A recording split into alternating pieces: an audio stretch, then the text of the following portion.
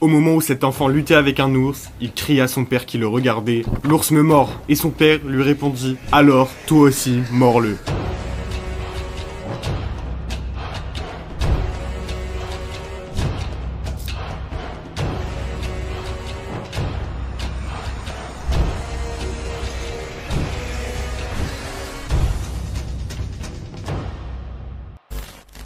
Tout commence dans les montagnes du Daghestan avec un père plus qu'intransigeant. Abdulmanap Nurmagomedov, le père de Khabib, était un vétéran de l'armée. À l'époque où il exerçait encore comme militaire, il faisait du judo et du sambo russe. Il était même champion dans ces deux disciplines. Mais ça n'explique pas l'éducation et la discipline extrême qu'il inflige à son fils Khabib. Pour mieux comprendre la mentalité du père et ses méthodes pédagogiques peu conventionnelles, revenons en 1998 dans un petit village du Daghestan appelé le village de Sildi, qui verra naître le prodige du MMA que l'on connaît tous aujourd'hui sous le nom de l'aigle du Daghestan.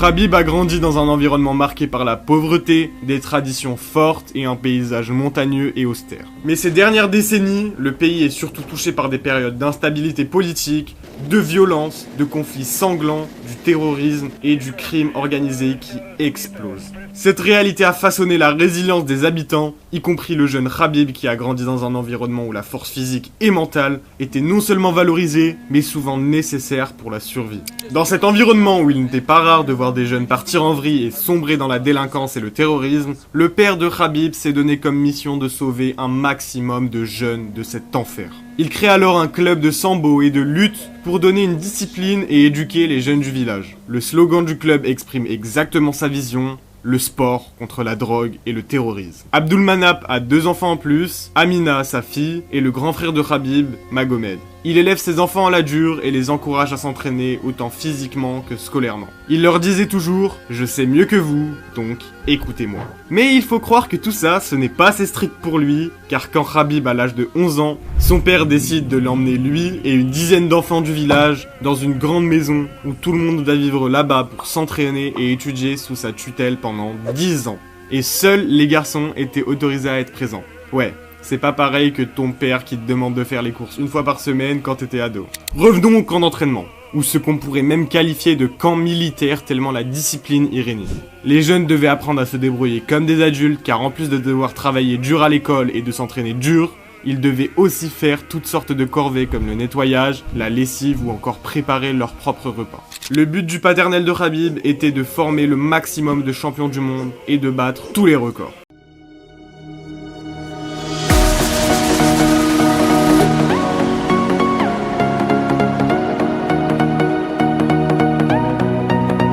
Mais revenons à Khabib. Une de ses plus grandes inspirations, et accessoirement le combattant préféré de son père, était Georges Saint-Pierre.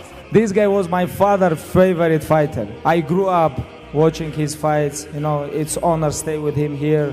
And you know, it's my pleasure, brother. My pleasure. Voulant suivre les pas de son idole, Khabib s'adonne à un entraînement intensif. I sacrifice everything what I have. I will sleep, train, eat, repeat, and that's it. I was training morning, I go home, rest, I come, I training nighttime, I go home, and I was like, no, it's not enough 2 times. I have to go 1 more time.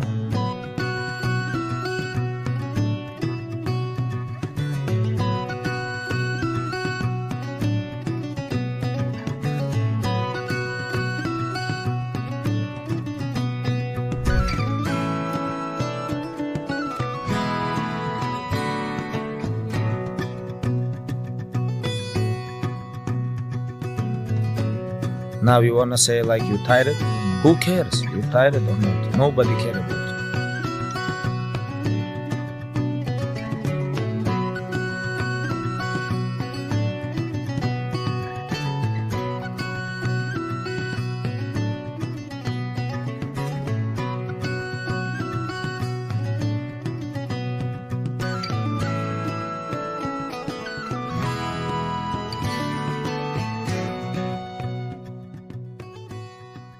Après un palmarès professionnel de 16 victoires et 0 défaites dans des ligues mineures, Khabib se rapproche enfin de son rêve en signant à l'organisation de MMA la plus reconnue du monde. Skinny guy. You don't tell me his diet.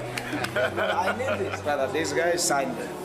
And he was big boss next to Lorenzo. I wanna go to see real guy. Khabib entame alors le rêve américain et découvre le destin qui l'attend. Malheureusement, son père lui n'a pas obtenu de visa, donc il entamera son ascension de l'UFC sans son paternel à ses côtés. Évidemment, il ne perd pas une once de motivation et commence déjà à s'entraîner au AKA Gym. Il savait à peine parler anglais, pourtant il expliquait déjà à Daniel Cormier, l'ancien double champion et légende de l'UFC, qu'il deviendrait le champion invaincu et incontesté dans sa division. Et il compte bien prouver que ce ne sont pas que des paroles en l'air.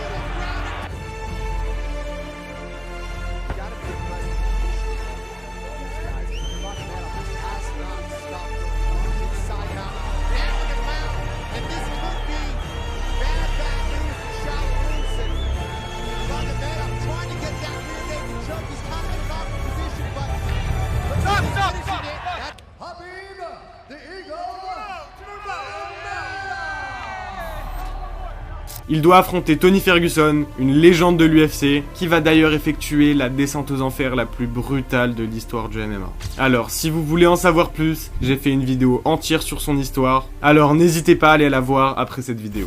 Reprenons. Le combat qui était annoncé allait lui permettre de prétendre au titre de champion du monde des poids légers. Mais malheureusement, le combat n'aura finalement jamais lieu à cause de multitudes de blessures de Khabib. Pendant 2 ans, il a enchaîné de lourdes opérations chirurgicales, du dos, des lombaires, des genoux, des avant-bras et même des mains. Ce fut une période très dure autant physiquement que mentalement pour Khabib. Il a même voulu abandonner ses ambitions. Mais son père l'a très vite dissuadé et remotivé. Il obtient un title shot encore une fois contre Tony Ferguson, mais le combat est une nouvelle fois annulé. Cette rencontre tournera en une véritable malédiction, car le combat sera prévu 5 fois, et 5 fois, il sera annulé. Khabib doit affronter finalement Max Holloway, et c'est là que tout part en vrille.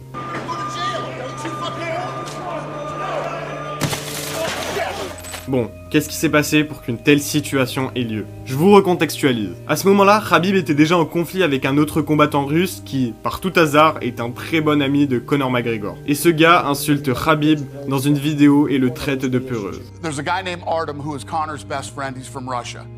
Habib is from Russia too. Okay. There was some kind of Russian stuff going on between those two in New York. Dommage pour lui, car ils finissent par se rencontrer et Khabib lui fait ravaler très vite ses paroles.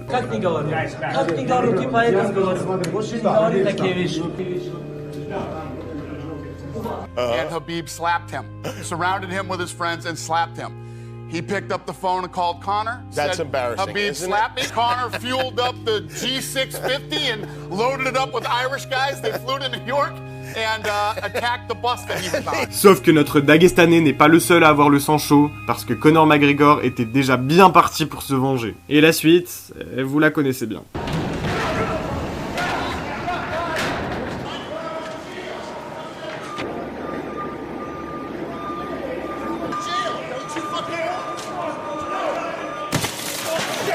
Oh shit, what the fuck are these guys doing? These guys are in big trouble. Oh fuck, come on!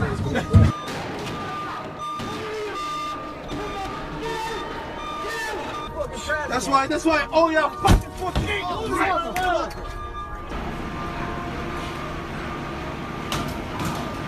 That's why, oh yeah, Dude, what the fuck? This is the most disgusting thing that has ever happened in the history of the company. There is a warrant out for Conor McGregor's arrest, and they're looking for him right now. Conor, why'd you do it? Conor, you have an anger problem.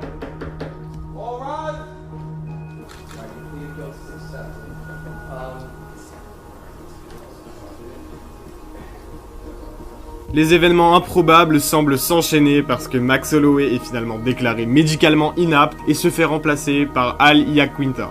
I'm like, bro, I'm like 4 pounds away from making the weight, and I'm gonna like, it's tough, but I'm gonna get there. Like I know I'm gonna get there, you know. And then they come in and they check. They looked at me and they said, "You don't look good. You can't do it."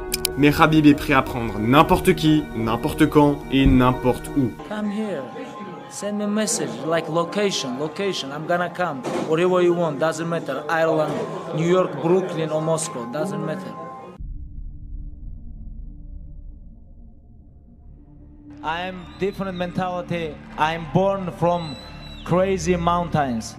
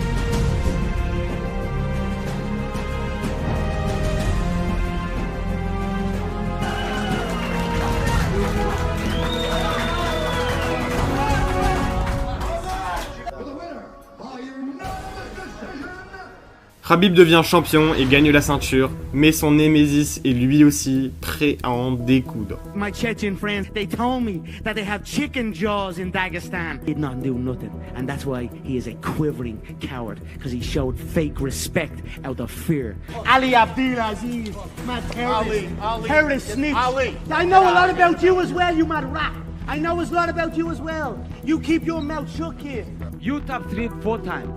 You tap 4 times. So what? I'll tap your head off the canvas, kid. You tap like chicken 4 times. I'll tap your head off the canvas.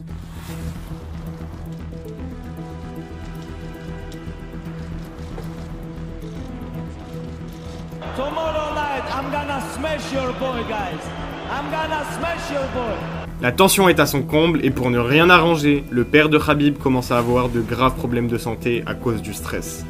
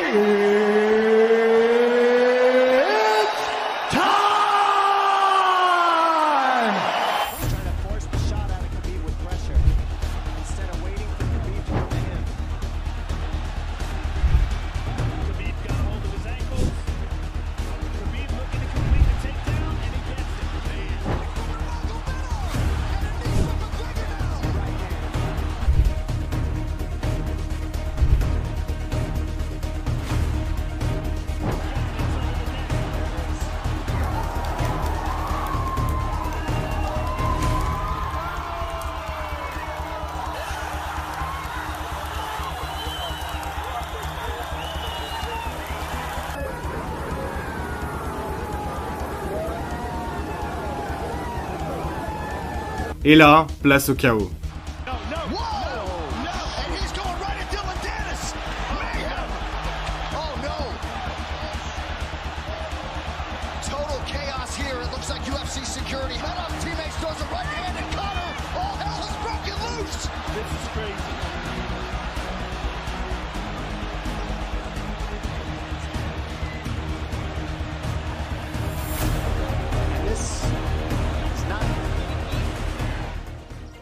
These guys are in big trouble. It could be suspension for Khabib. Is this a bad night for the UFC, for the sport? It's a very bad night. Like, what the fuck is going on? Après tout ça, les deux combattants se voient chacun payer une amende pour les dégâts causés. Cette fois-ci, son prochain combat sera organisé à Abu Dhabi et son père pourra enfin être présent dans son coin. Dans ses anciens combats, son père n'était peut-être pas là physiquement, mais croyez-le ou non, il était bien présent dans le cœur de Khabib. Alors maintenant que le jour est arrivé où il doit combattre contre Dustin Poirier sous le regard de son père, il n'existe aucun monde dans aucun univers où il ne gagne pas son combat.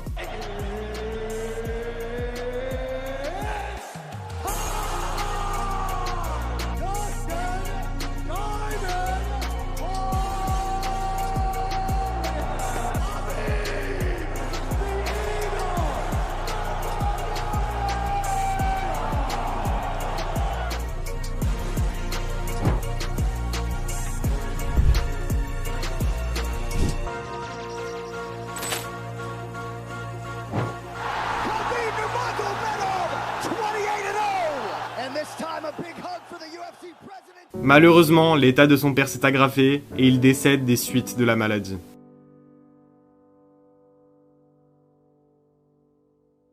Больше, чем тренер был, конечно.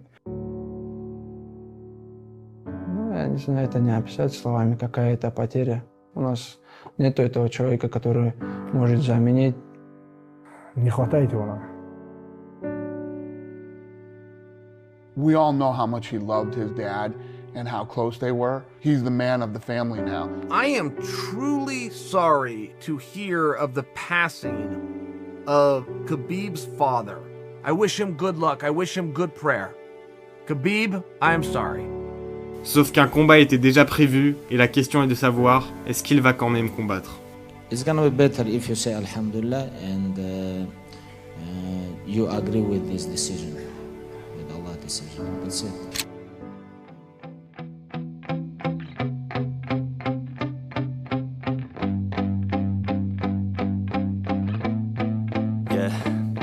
My hands steady, I feel ready, but my legs heavy, I don't get it. How come I haven't hit it already? Still working, I'm still learning, I'm still searching, finally earning something, finally turning something called a profit. If I hear you talking shit, don't get caught in it. I'll be popping off and hit your ass, dropping all your shit. Yeah, I promise this, I got promises, you ain't stopping this. Cross my shit, you'll be knocked unconscious, bitch. That's the consequence, I got this, I will not quit. Man, I'm on it, honest, I'm gonna launch quick, then I'm gone. It's just a matter of time before I'm over the climb and moving under my prime. Just quit my 9 to 5, I'm rocking and they watching, cause it's shocking. Dropping all these top 10 songs, so stopping. It's time to live my life, it's time to live, not die. Wish I could slow down time and just enjoy the climb.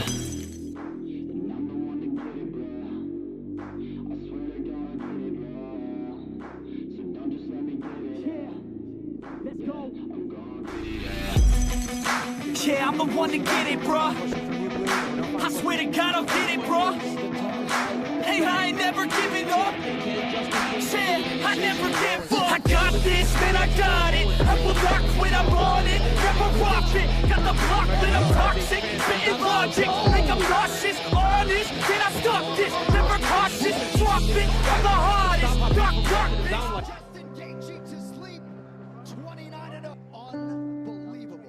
Fighter in the world, Khabib Nurmagomedov. And Khabib Nurmagomedov is a...